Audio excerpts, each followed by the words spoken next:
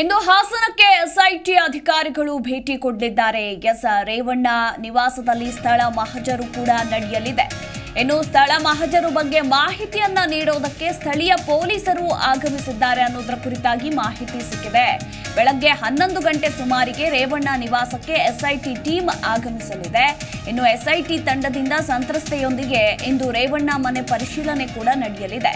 ಈಗಾಗಲೇ ಎಸ್ಐಟಿ ತಂಡ ಬರುತ್ತೆ ಅಂತ ರೇವಣ್ಣ ಪತ್ನಿ ಭವಾನಿ ರೇವಣ್ಣಗೆ ಪೊಲೀಸರು ವಿಚಾರವನ್ನ ತಿಳಿಸಿದ್ದಾರೆ. ಸ್ಥಳ ಮಹಜರು ಕುರಿತಾಗಿ ಮಾಹಿತಿಯನ್ನ ಕೊಟ್ಟಿದ್ದಾರೆ ಸ್ಥಳೀಯ ಪೊಲೀಸರು.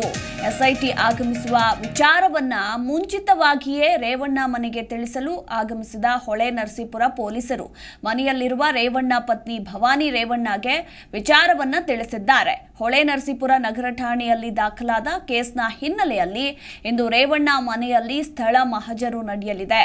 ಪ್ರಕರಣದಲ್ಲಿ A1 ಆರೋಪಿಯಾಗಿರೋ ರೇವಣ್ಣ ಹಾಗೆ A2 ಆರೋಪಿಯಾಗಿರೋ ಪ್ರಜ್ವಲ್ ರೇವಣ್ಣ ಈಗ ಇವತ್ತು ರೇವಣ್ಣನ ಮನೆಯಲ್ಲಿ ಸ್ಥಳ ಮಹಜರು ಕೂಡ ನಡೆಸಲಿದ್ದಾರೆ ಎಸ್ಐಟಿ ಅಧಿಕಾರಿಗಳು.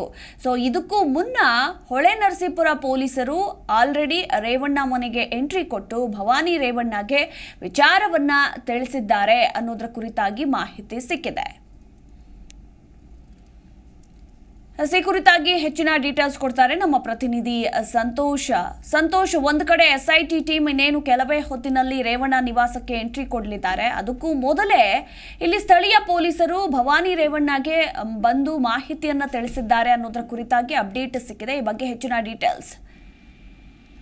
ಹೊಳೆನರಸೀಪುರ ನಗರ ಪೊಲೀಸ್ ಠಾಣೆಯಲ್ಲಿ ಏನು ಸಂತ್ರಸ್ತೆಯರು ತಮ್ಮ ಮೇಲೆ ಲೈಂಗಿಕ ದೌರ್ಜನ್ಯ ನಡೆದಿದೆ ಅಂತಕ್ಕಂಥ ಆರೋಪ ಮಾಡಿ ಏನು ದೂರು ದಾಖಲಾಗಿತ್ತು, ಆ ದೂರಿಗೆ ಸಂಬಂಧಪಟ್ಟಂತೆ ಇವತ್ತು ಎಸ್ಐಟಿ ತನಿಖಾ ತಂಡ ಒಟ್ಟು 6 ತಂಡಗಳಾಗಿ ಪ್ರತ್ಯೇಕ ಕಡೆ ತನಿಖೆಯನ್ನು ನಡೆಸ್ತಾ ಇರ್ತಕ್ಕಂಥದ್ದು.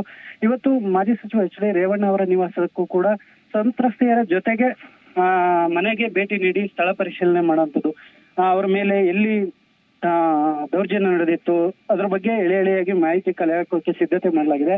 ಅದರ ಹಿನ್ನೆಲೆಯಲ್ಲಿ ಈಗಾಗಲೇ ಸ್ಥಳೀಯ ಪೊಲೀಸರು ಮನೆಗೆ ಭೇಟಿ ನೀಡಿ ಮನೆಯಲ್ಲಿ ಯಾರಿದ್ದಾರೆ ಅಂತಕ್ಕಂಥ ಮಾಹಿತಿಯನ್ನ ಎಸ್ಐಟಿ ಅಧಿಕಾರಿಗಳಿಗೆ ಕೊಟ್ಟಿರುವಂತದ್ದು.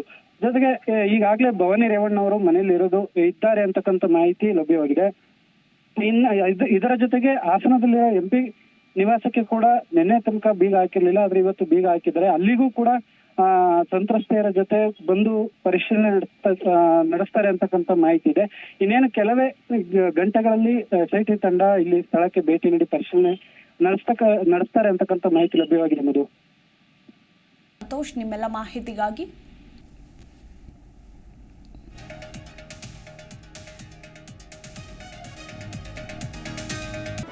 ಜಿ ಕನ್ನಡ ನ್ಯೂಸ್ ಈಗ ನಿಮ್ಮ ಮನೆಯಲ್ಲೇ ನೋಡಿ.